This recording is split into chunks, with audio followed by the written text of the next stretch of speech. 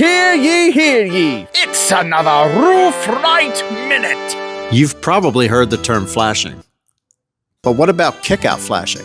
Though some roofers skip it, kickout flashing is necessary anytime a roof meets a wall where the wall extends lower than the bottom edge of the roof. Kickout flashing makes sure that when water runs down the wall, it goes straight into the gutter below. Without correctly installed kickout flashing, rainwater will miss the gutter and often run behind the wall's siding, which causes major water damage to the structure underneath over time. It's all in the details. Many roofers are quick to tell you about what shingles they use, how long they've been in business, and how cheap their price is.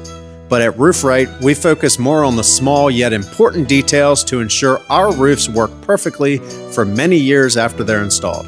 If you learned something new today, drop us a like and be sure to follow us so you don't miss another Roof Right Minute.